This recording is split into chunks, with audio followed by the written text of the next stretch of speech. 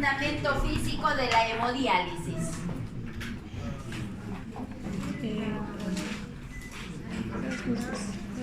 ¿Cuál? ¿Qué se llama? Flujo a contracorriente, ¿no? Flujo a contracorriente. Ese es el principal fundamento. ¿Y cuál es su importancia? ¿Cuál es la importancia del flujo a contracorriente? Tiene nombre. Ya prohibido escribir tanto en el examen, ¿ah? 2 palabras, 1 palabra, nada más. No. ¿Cuál es la importancia del flujo a contracorriente? ¿Mantener qué? Tiene su nombre. Hemos hablado toda esa semana de esa palabrita. Mantener la gradiente. Mantener la gradiente. ¿Para quién? No podemos decir para la sangre. Para la urea, ¿no? Mantener la gradiente para la urea. Esa es la importancia del flujo a contracorriente. ¿Qué presiones son importantes controlar en hemodiálisis? No. ¿Qué presiones es importante controlar en hemodiálisis? La presión de la sangre arterial que sale del organismo, la presión del líquido dializador y la presión de la sangre que va a ingresar a vena, ¿sí? La presión de la sangre que va a ingresar a vena. También eso es importante controlar. Bien, vamos a revisar ahora otro tema, que es el tema de ondas. Ya nos olvidamos de los fluidos y ahora vamos a hablar de las ondas. Tenemos que hablar, cuando hablamos de ondas, hablamos de audición y de visión. Eso es lo que vamos a trabajar ahora. Cuando decimos ondas, en la naturaleza existen 2 clases de ondas: las ondas mecánicas y las ondas electromagnéticas. ¿Cuál es la principal diferencia entre ambas? Las ondas mecánicas necesitan un medio material para poder propagarse. Las ondas mecánicas no pueden viajar por el vacío. Sin embargo, las ondas electromagnéticas sí pueden viajar por el vacío. Esa es la principal diferencia. Una vez más, las ondas mecánicas necesitan un medio material para propagarse. No viajan por el vacío. Las ondas electromagnéticas sí pueden viajar por el vacío. Vamos a comenzar estudiando las ondas mecánicas. Vamos a comenzar a estudiar las ondas mecánicas. Para poder entender qué son las ondas mecánicas, primero tenemos que estudiar el movimiento armónico. ¿Qué es el movimiento armónico? Movimiento armónico es aquel movimiento que se repite a intervalos iguales de tiempo. Por algo nos dice armónico. Se repite a intervalos iguales de tiempo. Ahí tienen la figurita, ¿no? Se repite a intervalos iguales de tiempo. Podemos imaginarnos que es la cuerda de una guitarra. Si nosotros aplicamos fuerza en la cuerda de una guitarra, la cuerda va a vibrar, ¿sí? Va a vibrar. Y decimos, ese es un movimiento armónico porque se va a repetir a intervalos iguales de tiempo. La voz humana también es una onda mecánica, también es un movimiento armónico de las cuerdas vocales. Las cuerdas van a vibrar y están generando ondas, ¿de acuerdo? Entonces, el movimiento armónico también lo podemos observar aquí. A ver, lo podemos observar aquí en un péndulo, ¿no? Se repite a intervalos iguales de tiempo. Lo vamos a volver a dibujar aquí. Vamos a tener el péndulo en reposo en la posición A. Podemos este péndulo llevar a otro punto. Por ejemplo, lo podemos llevar al punto B. Si en B lo soltamos el péndulo, va a pasar a A y va a ir más allá de A. Va a pasar hasta un punto C. Y se comienza a mover de B a C, de C a B. Se comienza a repetir a intervalos iguales de tiempo. Entonces digo, está en un movimiento armónico. Este movimiento tiene características. ¿Cuáles son las características de este movimiento? Velocidad. Como referencia, velocidad. ¿La velocidad será la misma en cualquier punto de movimiento de este péndulo? No es la misma. Aquí va a ser 0. Aquí también va a ser 0. Porque si no fuese 0, seguiría moviéndose. Entonces, miren, cuando lo hemos soltado, aumenta, aumenta, aumenta, aumenta, llega al máximo en A, disminuye, disminuye, disminuye, llega a 0. Entonces la velocidad no es la misma, depende del punto en donde esté. Podemos hablar de amplitud. ¿Qué es la amplitud? Es el máximo desplazamiento desde el punto de reposo. Amplitud es el máximo desplazamiento desde el punto de reposo. Entonces, si este es el punto de reposo, yo he llevado el péndulo hasta B, pero lo he podido llevar más allá de B y va a ser otra amplitud. Por lo tanto, en este ejemplo, la amplitud será de A a B y también será de A a C. ¿Cómo es la amplitud AB comparada con AC? Iguales. Tienen que ser iguales. Porque ¿de qué estamos hablando? De un movimiento armónico. Podemos hablar de ciclo. A los médicos les interesa esto bien aprendido, por favor. Ciclo. Tienen que saber qué cosa es un ciclo. Ciclo es partir de un punto, hacer un recorrido y llegar al mismo punto. En este movimiento, el ciclo será partir de B, llegar a C y retornar a B. Eso es el ciclo, partir de un punto, ida y retorno. ¿De acuerdo? ¿Les interesa, por favor, ese concepto? Podemos hablar de periodo. Podemos hablar de periodo. ¿Qué es el periodo? El tiempo de duración de un ciclo. ¿Ya? Periodo es el tiempo de duración de un ciclo. Podemos medir cuánto tiempo demora de B a C y en retornar a B. Y finalmente hablamos de frecuencia.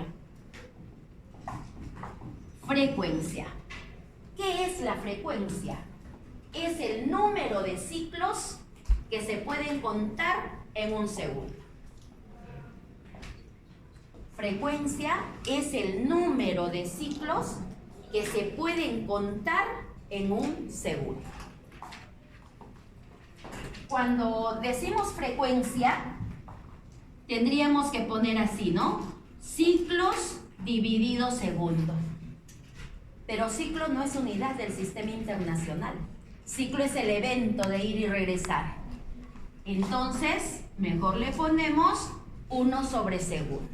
Por favor, los médicos tienen que saber muy bien qué cosa es frecuencia, porque en una audiometría, esta es una variable que utiliza para poder evaluar la capacidad auditiva en una persona. Y si ustedes me dicen, pero yo no voy a hacer de esa especialidad, yo voy a hacer de otra especialidad. Pero yo cuando voy donde mi médico, le puedo preguntar otras cosas también. Y tienen que saberlo por cultura general. Por eso se llevan los cursos básicos, porque tienen que estudiar todo. ¿De acuerdo? Muy bien. Entonces, ¿qué cosa es la frecuencia? El número de ciclos que se están contando en un segundo. ¿Qué unidad tiene? El inverso del segundo. Y en el sistema internacional, el inverso del segundo recibe el nombre de Hertz, simbolizado como HZ. Simbolizado como HZ. Eso es Hertz. Le vamos a agregar otra característica aquí. Otra característica es la longitud de onda. Longitud de onda. Simbolizado con la letra griega lambda. Longitud de onda simbolizado con la letra griega lambda. Lambda. ¿Y qué cosa es la longitud de onda? La longitud de onda es medir la distancia que hay en un ciclo. Yo partí de B, llego a C y retorno a B. Medir toda esa longitud del camino de ida y retorno, eso es la longitud de onda. ¿Está claro? Bien, yo les hago una... la longitud de onda, como es longitud, la podemos medir en metros, en centímetros, en kilómetros, etcétera, en nanómetros, ¿sí? La podemos medir en unidades de longitud. Y ahora les pregunto, ¿qué relación hay entre frecuencia y longitud de onda? Inversa, ¿por qué? No sé. ¿Qué relación hay entre frecuencia y longitud de onda? ¿Qué cosa era frecuencia? El número de ciclos que se cuentan en un segundo. ¿Y qué cosa es la longitud de onda? La longitud del ciclo. Entonces, ¿qué relación habrá entre frecuencia y longitud de onda? Inversa, ¿no? ¿Por qué? Si las ondas son súper gigantes, ¿cuántas vas a contar en un segundo? Pocas. ¿Cuántas vas a contar en un segundo? Pocas, porque es muy grande la onda, va a demorar mucho tiempo en producirse. Entonces vamos a contar pocas. Pero si las ondas son así de pequeñitas, vamos a contar muchas. Entonces la relación es inversa. Muy bien. Esto es el movimiento armónico. Esas son las características del movimiento armónico. Movimiento armónico, ya les dije, es si vemos que la cuerda de la guitarra está vibrando. Vemos que está vibrando. ¿Pero solo vemos que está vibrando la cuerda de la guitarra? No. También escuchamos un sonido. ¿Eso qué quiere decir? Que esta vibración que se está produciendo en la cuerda de la guitarra está viajando. Y está viajando por un medio material. ¿Cuál es ese medio material? El aire. El aire es materia. Ya sabemos que tiene la mezcla gaseosa. Entonces, deja de ser movimiento armónico y pasa a ser onda mecánica. Cuando ya está viajando desde el material que se está moviendo, que está vibrando, ya pasa a ser onda mecánica. Entonces, el movimiento armónico lo que va a generar son ondas mecánicas. Esta onda mecánica va a viajar por el medio y va a llegar a nuestro aparato auditivo. Va a chocar con el tímpano, lo hace vibrar al tímpano, sigue vibrando en el interior del oído hasta que se traduce en un mensaje que nosotros le decimos sonido. Yo estoy golpeando aquí la pizarra. Esto que se produce aquí en este material, eso es movimiento armónico. Pero ya está viajando y ustedes están escuchando este golpe. Esto que está viajando ya se le dice onda mecánica. ¿Quedó claro? Entonces, si la onda mecánica se forma de esto, de este movimiento armónico, la podemos graficar también. Se la puede representar gráficamente a la onda mecánica y la representamos así. La representamos así. Esto se ha formado del movimiento armónico. Por lo tanto, estas letras que tenemos aquí, las vamos a ubicar allá. Comenzamos con B, A y C. Ese será el camino de ida. Hemos partido en B, pasa por A y llega a C. Cuando tenemos ese camino de ida, se dice que se ha formado aquí una onda positiva, o también se le dice cresta. Onda positiva o cresta. Pero ahora de C tiene que retornar a B. Y el retorno a B es este, ¿no? C pasa por A y llegó a B. En el retorno ha formado una onda negativa, o también se le dice valle. O también se le dice valle. Yo les pregunto, si juntamos una onda positiva con una onda negativa, ¿qué se forma? Un ciclo. Perfecto. Si medimos el tiempo que demora en producirse esto, ¿qué se llama? A ver, por favor, si medimos el tiempo que demora en producirse esto. Periodo. Periodo, no es frecuencia. Digo, el tiempo que demora en producirse esto, periodo. Si contamos cuántos de estos se producen en un segundo, eso sí es frecuencia. Eso sí es frecuencia. Si medimos la distancia que hay desde este punto hasta este punto, ¿eso qué se llama? Longitud de onda. Longitud de onda. ¿De acuerdo? Entonces, esas características, por favor, las tienen que tener presentes. Porque además, esto que estamos estudiando para las ondas mecánicas es igualito para las ondas electromagnéticas. ¿De acuerdo? Entonces, hay que tenerlo presente.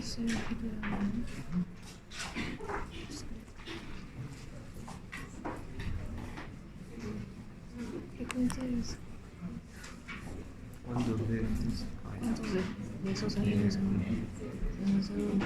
periodo de su tiempo? desde aquí, desde el B hasta otro B? ¿Quieres? Más. ¿Un poquito? Un poquito. Me quiero dormir.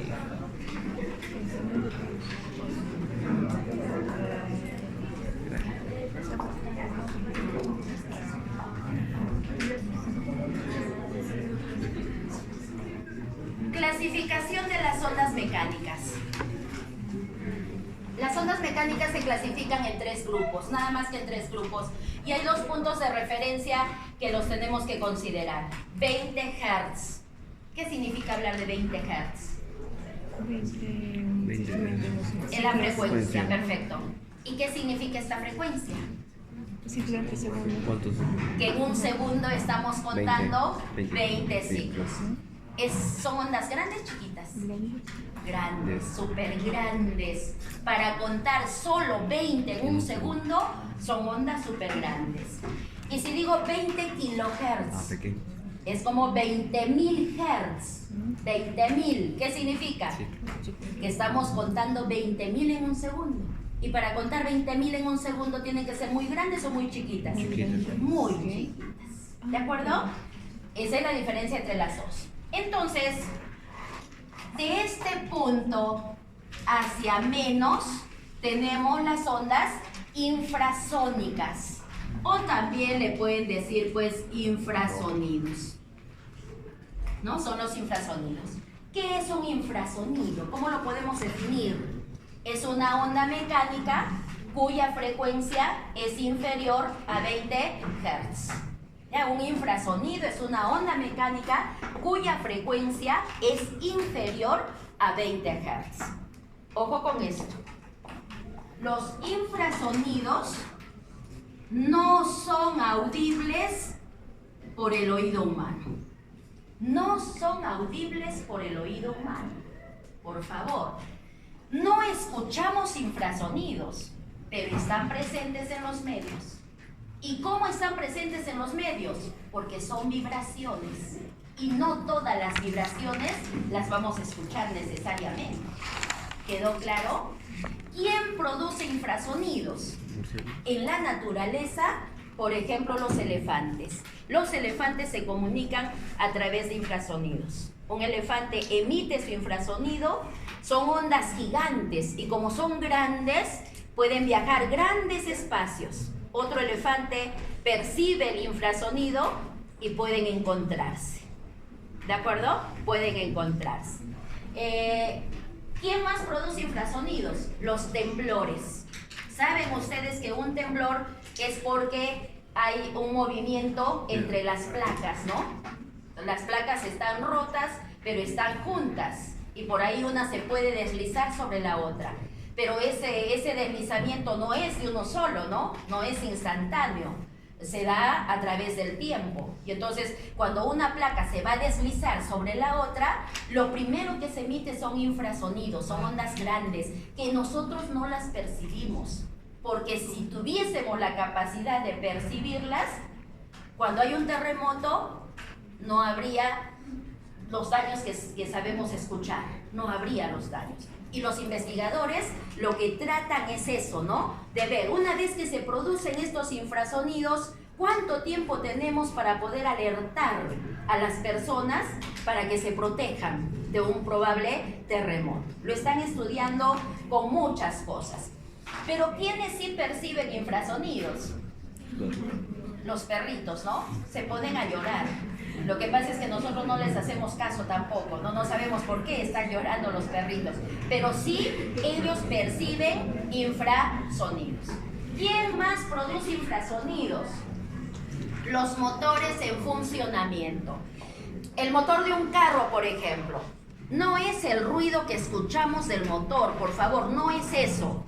El infrasonido son ondas más grandes que no las escuchamos, pero que están como vibración.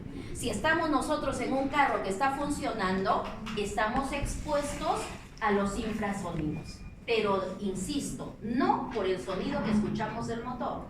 No lo escuchamos, son vibraciones que están ahí. No estamos todo el día en un carro, pero hay personas que sí están expuestas muchas horas a infrasonidos. ¿Quiénes? Quienes trabajan en fábricas, por ejemplo, con motores funcionando.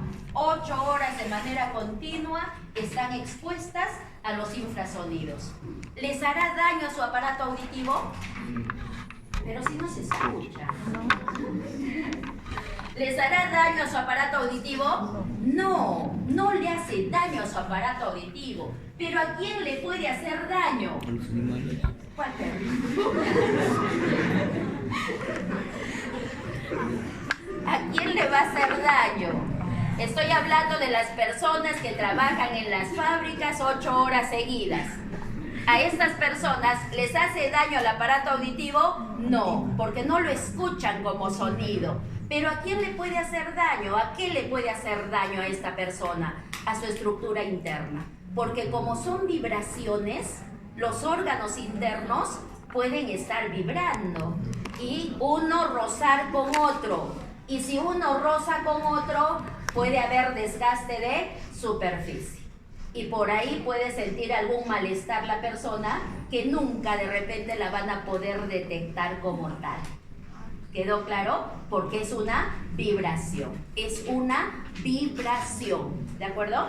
Entonces, de ahí la importancia de que las personas tengan su hora de receso, que cuando, y ahora, ¿no? Se ha puesto muy obligatorio por la ley, muy obligatorio de la salud en el trabajo, ¿no? O sea, todo se tiene que controlar, porque todas las personas están expuestas a un determinado factor de riesgo. Y cuando las personas están expuestas a estos infrasonidos o a estos trabajos en donde de manera continuada están expuestas a un factor de riesgo, ellas tienen que ser mucho más controladas todavía. Cuando hablamos de los sonidos, este es el tema de sonidos, se controla muchísimo para poder evaluar la capacidad auditiva de las personas.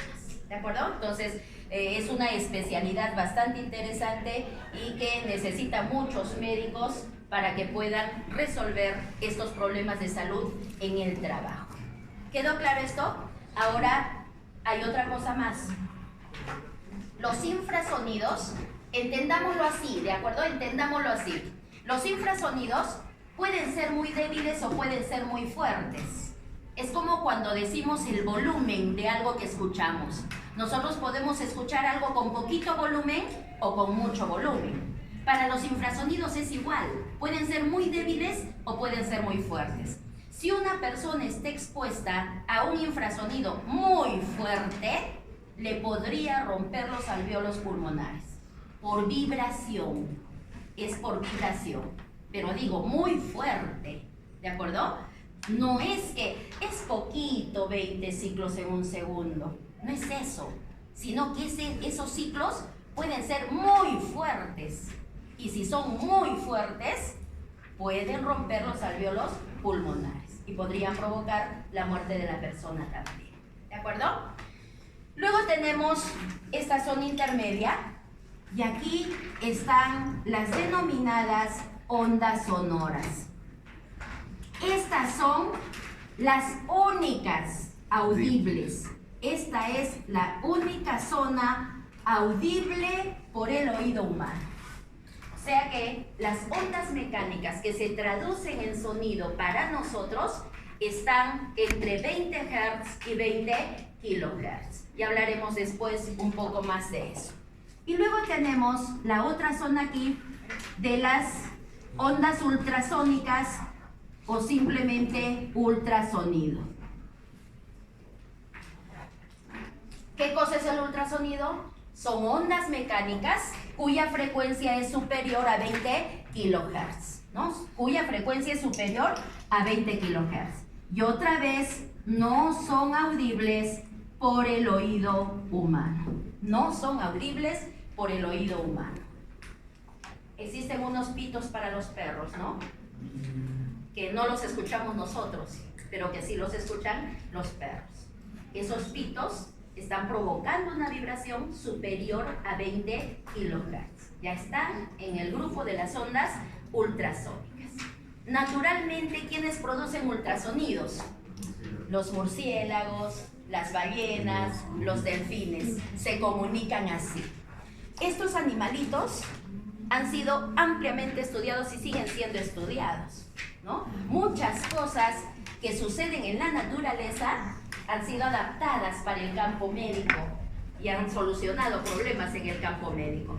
Los murciélagos, por ejemplo, los murciélagos que son insectívoros, los murciélagos no salen de día, tienen una pésima visión, ellos salen en la noche y utilizan este mecanismo que se llama ecolocación. ¿En qué consiste? ¿Cómo se alimentan estos murciélagos de insectos? ¿Cómo capturan su insecto en la noche? Ellos emiten ultrasonidos. Exacto. Y el ultrasonido va a viajar por el medio material, porque es onda mecánica, choca con el insecto y rebota. Rebota. Y otra vez llega al aparato auditivo del murciélago. Y el murciélago ya hace sus mediciones y captura su insecto. ¿De acuerdo? A eso le dicen ecolocación. Eso ha sido estudiado. Lo más importante es que han detectado que el ultrasonido choca y rebota. Eso han utilizado ese mecanismo para medicina. ¿Para qué en medicina? Para la denominada ecografía. Ese es el principio de esta técnica de diagnóstico médico por imágenes, de la ecografía. ¿De acuerdo? Muy bien. Entonces, ¿los ultrasonidos serán dañinos para las personas? No, pero mejor diríamos depende. ¿Por qué? Porque otra vez, ¿podríamos tener ultrasonidos débiles o podríamos tener ultrasonidos fuertes? ¿De acuerdo? Podríamos tener. Y los médicos utilizan ambos. Los médicos utilizan ambos. Eso les voy a explicar ahora. Ondas mecánicas, entonces, 3 grupos. Infrasonidos, ondas sonoras y ultrasonidos.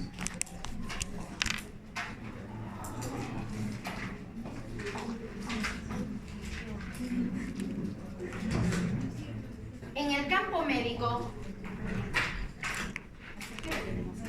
9:15. ¿Cómo que 9:15?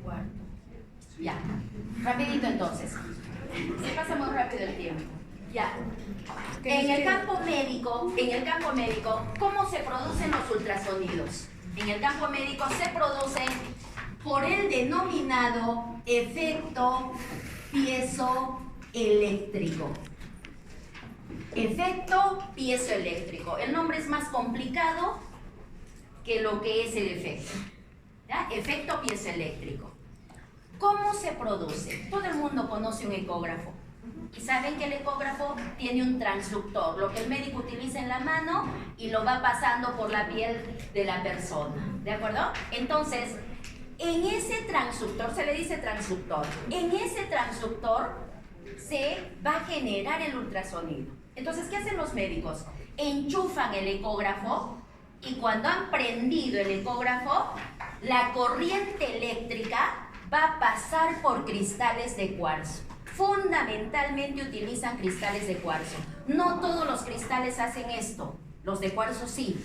Cuando la corriente eléctrica pasa por los cristales de cuarzo, el cristal de cuarzo se expande y se contrae. Y si estamos en expansión y contracción, estamos hablando de un movimiento armónico. ¿Y con qué frecuencia se contrae y se expande? Con una frecuencia superior a 20 kHz. Y si es superior a 20 kHz, ¿de qué estamos hablando? De ondas ultrasónicas.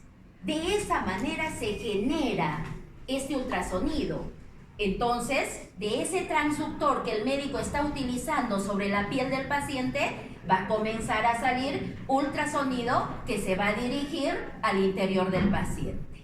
¿Quedó claro? Entonces, una vez más, efecto piezoeléctrico. ¿En qué consiste?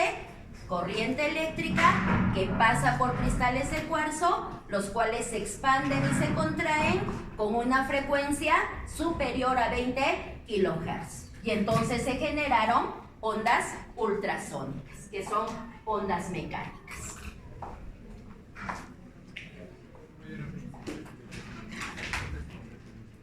¿Cuáles son las propiedades de los ultrasonidos? Por favor, este es el fundamento físico de la técnica de diagnóstico, ¿ya? Esto es lo que sucede en la técnica de diagnóstico. ¿Cuáles son las propiedades? Primero, para que los médicos puedan utilizar como técnica de diagnóstico, de hecho tenemos que pensar que la estructura del organismo tiene diferente densidad. La densidad del hígado es muy diferente a la de los riñones, muy diferente a la de la orina, muy diferente a la del páncreas, muy diferente a la pared del útero, y etc. Diferentes densidades.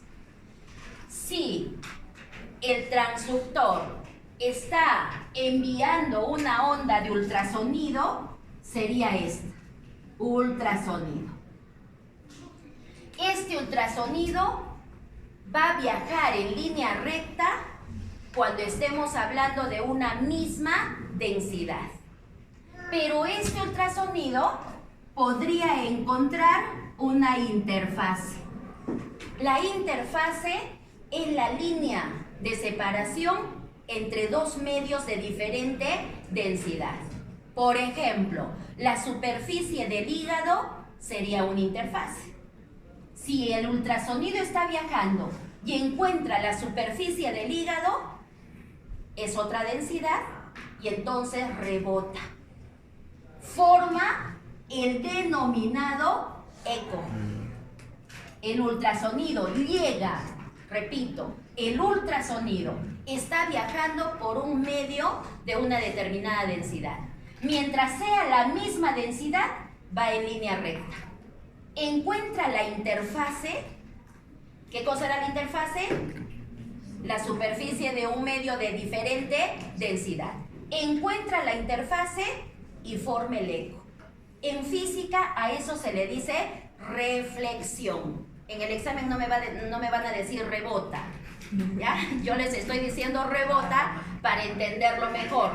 Pero en realidad, ¿cómo se llama? Reflexión. Y por reflexión, ¿qué se forma? El eco. Se forma el eco.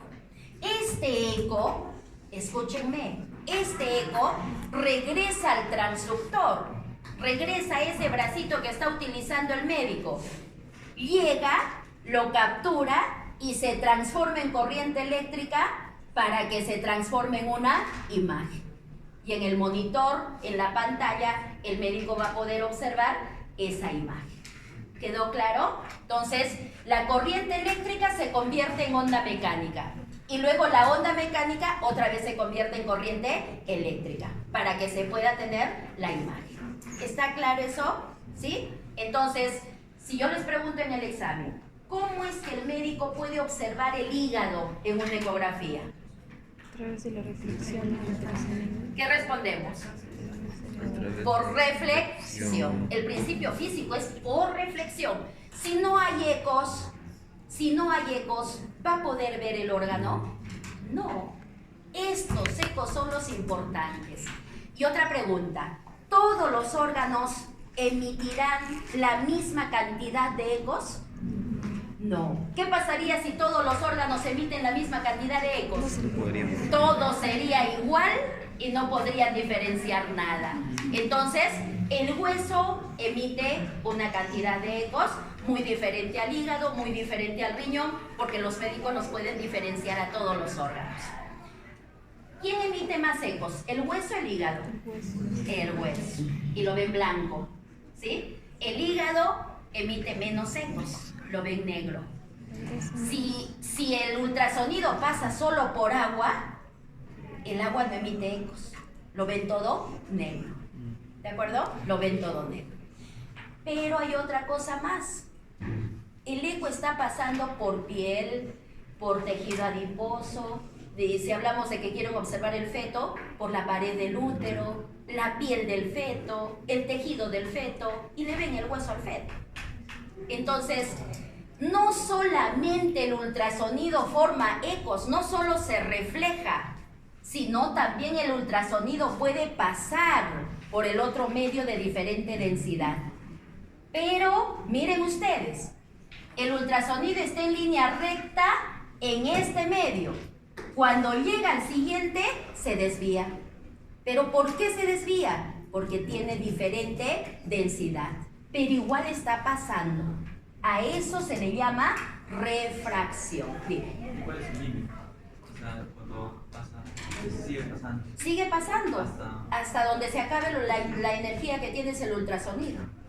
¿De acuerdo? Hasta donde depende, ¿no? Si yo te digo, si lo vas a hacer pasar solo por hueso, el hueso no va a pasar.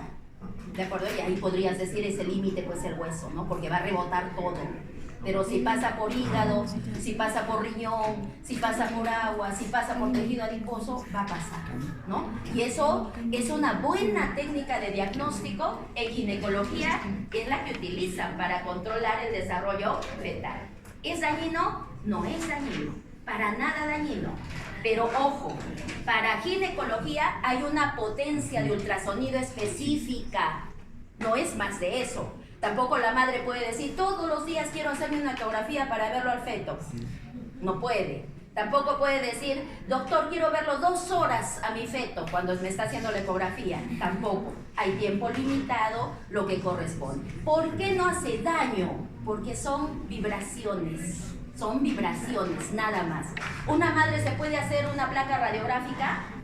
Eso sí no puede. Porque en la radiografía está utilizando rayos X y los rayos X es energía ionizante que puede provocar mutaciones.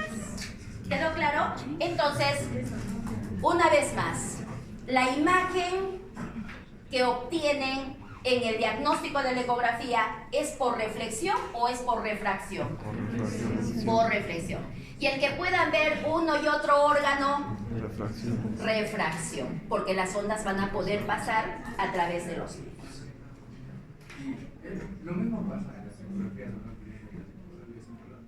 Sí, lo que pasa es que en esas 3D, en esas otras, manejan otras frecuencias, ¿no? Y es por eso que ya le pueden ver la carita del bebé y todo lo demás.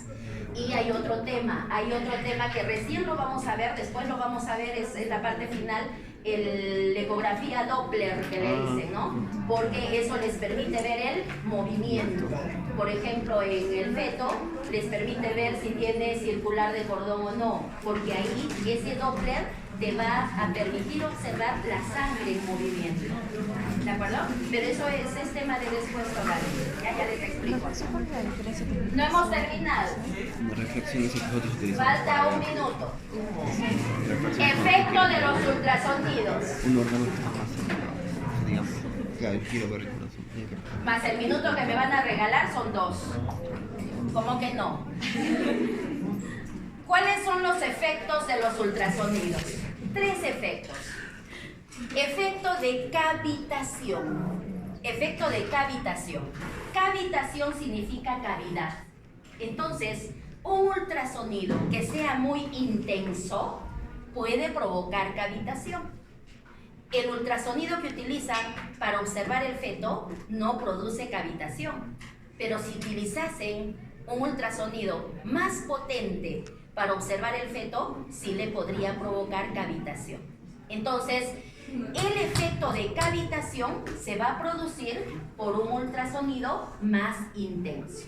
¿En qué consiste? Esto lo utilizan, actualmente lo dicen, ¿no? Liposucción sin cirugía, sin daño y etcétera, ¿no? Disminuya la grasa de su organismo con ultrasonidos. Provocan este efecto de cavitación. focalizan el ultrasonido a la zona donde hay más tejido adiposo, y el ultrasonido, ¿qué va a provocar en el interior de las células? La formación de burbujas. ¿Por qué se van a formar burbujas? Por el cambio de presión. Ya hemos hablado un poquito de esto respiratorio, ¿no? Por el cambio de presión. Estas burbujas se van haciendo más grandes hasta que la célula se rompe. Cuando la célula se rompe, queda libre la grasa, quedan libre los lípidos. Pero estos lípidos se van a poner ahora en circulación. ¿Qué tiene que hacer la persona? Metabolizar estos lípidos. ¿Habrá más metabolismo de estos lípidos liberados si la persona se echa a dormir? No, tiene que hacer actividad física. ¿De acuerdo? Esto es menos invasivo que una cirugía o que otro tipo de liposucción. Normalmente cuando hacen las liposucciones, ¿qué hacen?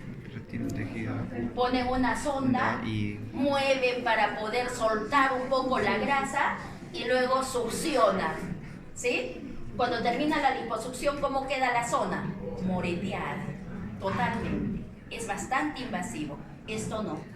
Estas son ondas de vibración que provocan cavidades y liberan los lípidos, pero hay que metabolizarlos y hay que seguir pues ya todo un régimen estricto, ¿no? Todo un régimen estricto. Lo hacen, ¿no? Aquí en Arequipa lo hacen también. Otro tema, efecto mecánico. Aquí, efecto mecánico. Las personas pueden tener cálculos en los riñones. Cuando son muy grandes no van a poder pasar, no se pueden eliminar y son muy problemáticos además. Entonces, se someten a la denominada litotripsia. En el Perú existen 3 o 4 litotriptores. Uno de ellos está aquí en Arequipa, en el Seguro Central. ¿En qué consiste? A la persona la ponen en el litotriptor. Tienen que focalizar muy bien los cálculos, no se pueden equivocar. Una vez focalizados, les envían bastante intensidad de ultrasonido para pulverizarlos. Les dicen ondas de choque. Pulverizados los cálculos, se pueden eliminar a través de la orina. Muchas personas hacen cola para hacerse la litotripsia. Y finalmente, hablamos de un efecto térmico. Depende de la potencia de ultrasonido, se generan diferentes cantidades de calor. El ultrasonido, cuando llega a una superficie, se transforma en calor. Si es un ultrasonido muy fuerte, se transforma en mucho calor. Si es muy débil, en poco calor. Hicieron una cirugía de un tumor cerebral con ultrasonido, superficial lógicamente. Entonces enfocan el ultrasonido y es como que lo diluye y lo evapora. ¿De acuerdo? ¿Por qué? Por el efecto térmico. Por el efecto térmico. Muy bien. Hasta ahí, espérense un ratito por favor. Hasta ahí. ¿Qué va a tomar, doctora?